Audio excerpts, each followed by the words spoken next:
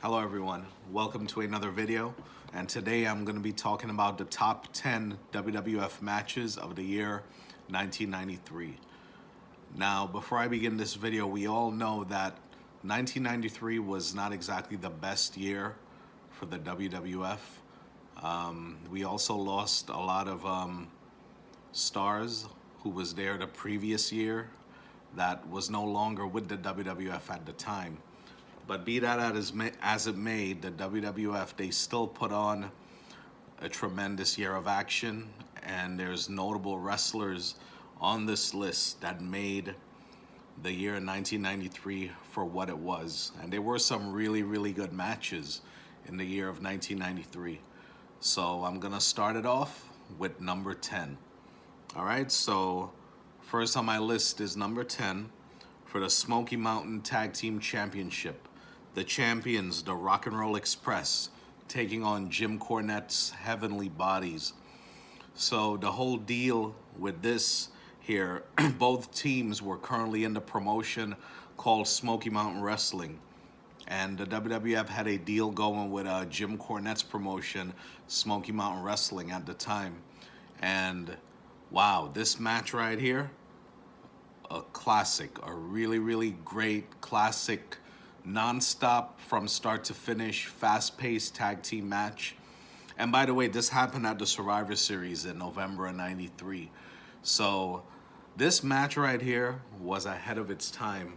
And there's a lot of things that went on in this match, a lot of aerial maneuvers, tactics we weren't used to seeing that much in a WWF ring at the time.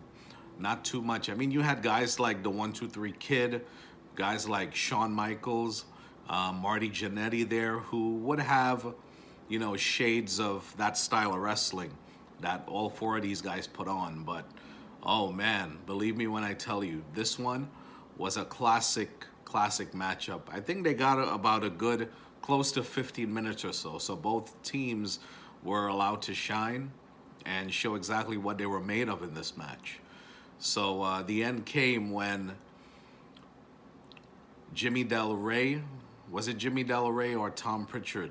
Well, Jimmy went up to the top rope and he whacked, I believe it was Robert Gibson with the tennis racket into the back. Off the top rope, he came off, nailing him in the back with it. And then the other Heavenly Body turned him over and covered him for the pin. And your winners and the new Smoky Mountain Tag Team Champions, the first and only time the Smoky Mountain Championship was seen on WWF TV, and the winners were the Heavenly Bodies, who came out victorious. If you have not seen this matchup, please go back and watch it. It's very, very good, and I think you will enjoy it so much. All right, so my number 9 pick on this list for the Intercontinental Championship, the champion Shawn Michaels, the Heartbreak Kid, defending against the undefeated Native American superstar himself, Tatanka. So coming into this match here at WrestleMania 9 in April of 93, Tatanka previously held 2 victories over Shawn Michaels. The first victory was a non-televised matchup that he defeated Michaels in on a random episode of WWF Superstars. And then once again, a few weeks later, in a 6-man tag team match on one of the early editions of Monday Night Raw. It was Tatanka and the Nasty Boys taking on Shawn Michaels and the Beverly Brothers. And yet again, Tatanka would pin Shawn Michaels 2 times in a row. But this time, the difference was it was for the Intercontinental title. So this title was on the line here at WrestleMania, and the opener, by the way. And this match got some really, really tremendous amount of time. They got at least close to 25 minutes. The match was really good, back and forth. We seen HBK do his thing. That's why he's known as Mr. WrestleMania. We seen Tatanka with his chops, his backdrops, his tomahawk chops, his knife edge chops, even the fallaway slam, the DDT, and we saw the shoulder of Shawn Michaels worked on by Tatanka in that match. One of the coolest things about this match, when Shawn Michaels went up to the top rope to jump down on Tatanka, Tatanka just arm dragged him as he came off in midair on the top rope. And that, for me, was a very, very cool visual, as I found it very interesting. So this match ended by countout when Shawn Michaels, I think he pulled the referee Joey Morella out of the ring, if I could remember correctly. And then afterwards, we saw Tatanka he went into the ring and somehow he hit the finisher, the fallaway slam on HBK, but then the referee didn't count Shawn Michaels down for Tatanka to get the win, as Michaels was actually counted out in that matchup. So Tatanka wins the match, undefeated streak still intact, but still the Intercontinental Champion, the Heartbreak Kid, Shawn Michaels, in a really, really good Intercontinental title match. All right, my number 8 pick for the WWF Tag Team Championship from SummerSlam 93, the Steiner Brothers defending against the Heavenly Bodies. Yep, once again, the Heavenly Bodies, they make this list. They were a pretty underrated team, the Heavenly Bodies. They really, really knew how to perform, and they were some exceptional athletes. I always say the Heavenly Bodies, they were one of those teams where, they don't get the recognition they deserve, and it proved in this matchup here. We seen the Steiners put on a showmanship of Suplex City. I think back in those days, the Steiners were the mayors of Suplex City, as Brock Lesnar, later on, he coined the phrase Suplex City, but I think the Steiners were actually the early originators of Suplex City, if you ask me. Anyhow, we saw several false finishes in this matchup where we thought the Heavenly Bodies had won the match, and that's what we thought, but we were wrong. There was even one instance where Del Rey was going to hit the moonsault on, I believe it was Rick, and he moved out of the way and he nailed his partner. Also, I remember in this matchup particularly, I think it was Rick Steiner, he took a crazy tennis racket shot right to the back, and you just hear like the whack of that racket echoing throughout his back. But then the end came when we saw Scotty Steiner.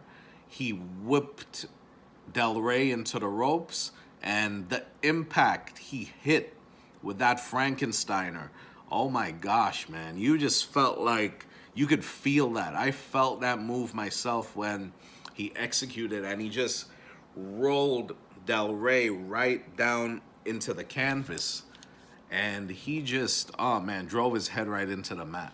So there you are, still your tag team champions, the Steiner Brothers. And just to let you know, this crowd here for this particular match at SummerSlam 93, they were electric, being that the Steiners were actually in their hometown of Detroit, Michigan. Your winner and still the tag team champions, the Steiner Brothers. All right, coming at number 7. How about this for a random matchup? For the Intercontinental Championship, all right? This match would take place a couple of days after SummerSlam 93, the beginning of September of 93 to be exact, from Saginaw, Michigan.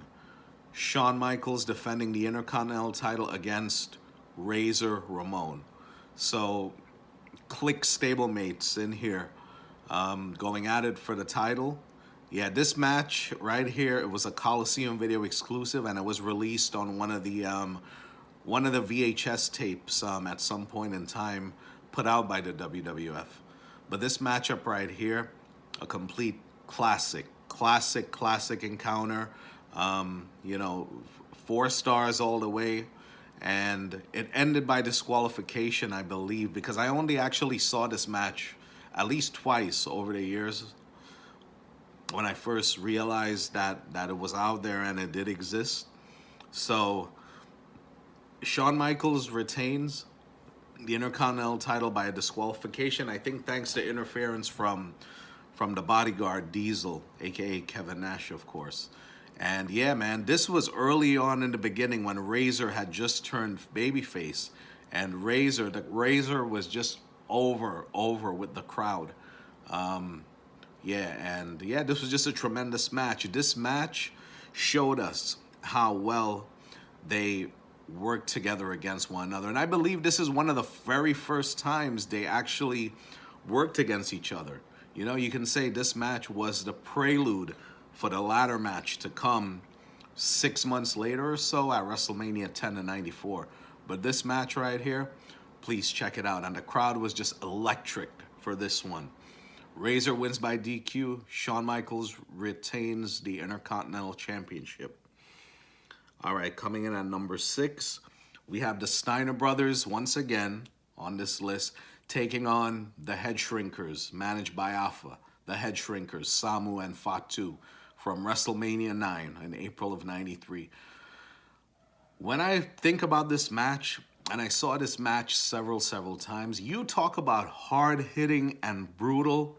These guys went in there and they were just literally pounding and beating the heck out of one another. If you have never seen a tag team matchup where the 4 individuals involved, a traditional tag team matchup where the 4 individual involved weren't all that physical with each other, I'm telling you, this match right here will change your mind. They were just punching each other, kicking each other, all the brawling, the clotheslines, the belly-to-belly suplexes, those thrust kicks from the Head Shrinkers to the Steiners, the headbutts even look brutal. The 2 highlights of the matchup, I remember they put Samu had placed Rick upon his shoulders like this, right? And then Fatu had went to the rope to come down on Rick Steiner. And Rick Steiner, just as soon as Fatu jumped, he caught him in midair and belly-to-belly suplexed him while he was sitting up on the other Head Shrinker's shoulder. And the crowd was just oohing and awing for that one. And then another crazy highlight of the match was when they back body. I remember Scott Steiner was coming off the ropes and he was like being swung into the rope. And then the Head Shrinker, one was, I think one was on the outside. Yeah, he was on the apron. And then the other Head Shrinker lifted Scott up, and Scott got in a position for a back body drop, and he just like fell up and over, down, outside on the ring, on the concrete floor. I was like, damn, man, how is this guy still going? That would kill an ordinary man. But, you know, we're talking about the future Big Papa Pump, Scott Steiner here. Anyway, the end came when Scott hit the Frankensteiner on Samu. And this was a pretty good, hard-hitting 50-minute match. One of my favorite matches of the career of the Steiner brothers, Rick and Scott. All right, so coming in at number 5, from the King of the Ring pay-per-view, June of 93, Bret Hart taking on Bam Bam Bigelow in the tournament finals. Oh my gosh, this match right here, just amazing. Bam Bam showed why he's one of the most greatest big men in WWF history, and why, you know, he was very agile as a big man, and he could do it all. He could do drop kicks, he could fly from the top rope, and he was just like a cat, like had a cat-like reflex in everything he did for being such a big man. And, you know, what about Bret? What hasn't already been said about Bret? Bret is the athlete of high caliber that he is, because he's Bret. Anyway, in this match, we had a false finish when Luna Vachon came out and nailed Bret with a steel chair to the back. And then Bam Bam got Bret back in the ring and hit the flying headbutt and then got the pin. But then other officials came out and they allowed the match to continue. And then Bret miraculously won with a won with a victory roll where he booted Bam Bam in the face, climbed up to the top rope, rolled Bam Bam over while sitting on his shoulder, grabbed the legs, and got that victory roll and became the 1993 King of the Ring. Your winner, Bret the Hitman Hart. Okay, so coming in at number 4, Marty Jannetty versus Shawn Michaels for the Intercontinental title from a random episode of Monday Night Raw from May of 1993. Now, this match, yeah, very, very good match. It was somewhat short, at least maybe 9 or 10 minutes they got. But the pace this match put on, it was very, very fast-paced and action-packed. We all know the style of wrestling that the Rockers would possess when they used to wrestle as a team.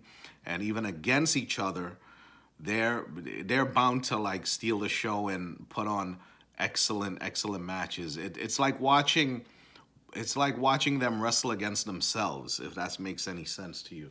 But anyway, in the end, Mr. Perfect came out there and distracted HBK because at the time it was an ongoing feud with HBK, Shawn Michaels, and Mr. Perfect.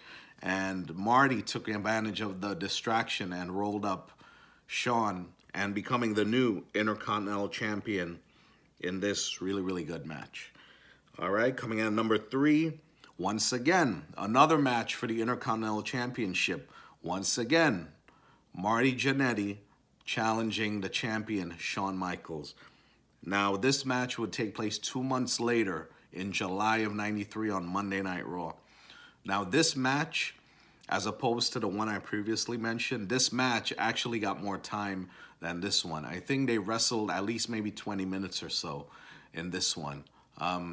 So what I said for the previous match that I just talked about, same goes for this one.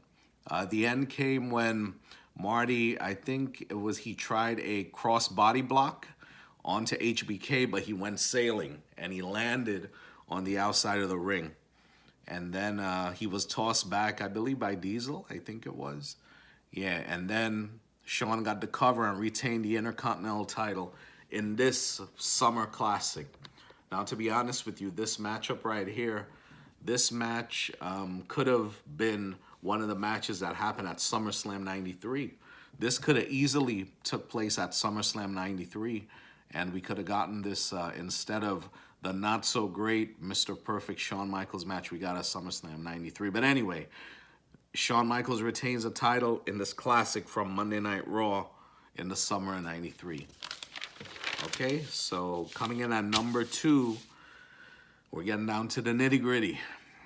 All right, so another match from Monday Night Raw.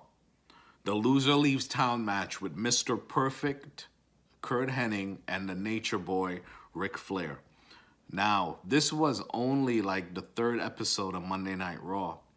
And this match right here, this match could have easily been a WrestleMania-like main event, as it was really, really good.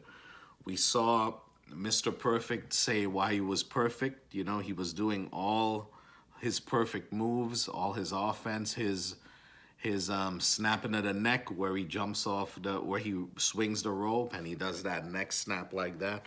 We saw Ric Flair working over the legs of Perfect.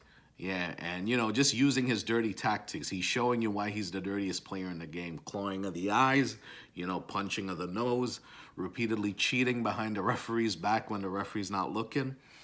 The end came when Flair whipped Perfect into the ropes, and Perfect grabbed him in the Perfect Plex, hooked him up, suplex, and pin. And then after the match, we saw Bobby Heenan on commentary flipping out, just losing his shit, losing his mind, and just cursing up a storm. He had to be beeped out. Anyway, Ric Flair would leave the WWF and had not returned for until almost 10 years later, if you could believe that. So pretty much, he had the stipulation kind of stuck here and was there for a while.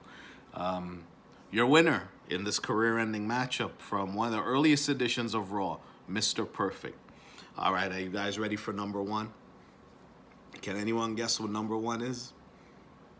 All right, so the number 1 pick for top match of the year 1993. Bret the Hitman Hart versus Mr. Perfect in the semifinals of the King of the Ring tournament in June of 93. Now, this matchup right here is a match that every wrestling fan should see, and every person who has aspirations to become a pro wrestler should consider watching if you have not seen it. This match right here is probably the best Bret Hart, Mr. Perfect match they ever had against one another. And this one even topped the SummerSlam matchup that they had. This was a back and forth affair. Bret using his technical expertise, Perfect using his perfect arsenal of moves to counter everything Bret was throwing at him, and vice versa. And these guys got at least, I swear, the match went close to 30 minutes they probably wrestled. And this match was the best match on that entire pay-per-view. This was the Bret Hart show, the King of the Ring tournament in 93. But anyhow, the end came when, and we saw shades of a heel Perfect in there too. Both men were baby faces, by the way, going into this match. And we saw Perfect using heelish tactics here and there. If you've seen the match, you know what I'm talking about. All right? But the end came when Perfect went for a small package, and Bret, you know, having great ring presence, knowing where he is at all time in that ring, the great ring general that he is, reversed the small package and got the pin and advances on to the King of the Ring finals that very night. And the end came, we saw Perfect hesitantly, you know, go up to Bret, and then, being the stand-up man that he is, extended a hand. And then the two, they shook hands in an act of good sportsmanship. You're a winner in this classic #1 match of 1993, Bret the Hitman Hart. All right, guys, so thank you for tuning into this video, and I'll be back at some point with another top 10 list. Let me know what you think in the comments, and I hope you enjoyed the top 10 WWF matches of 1993. All right, take care, guys. Peace.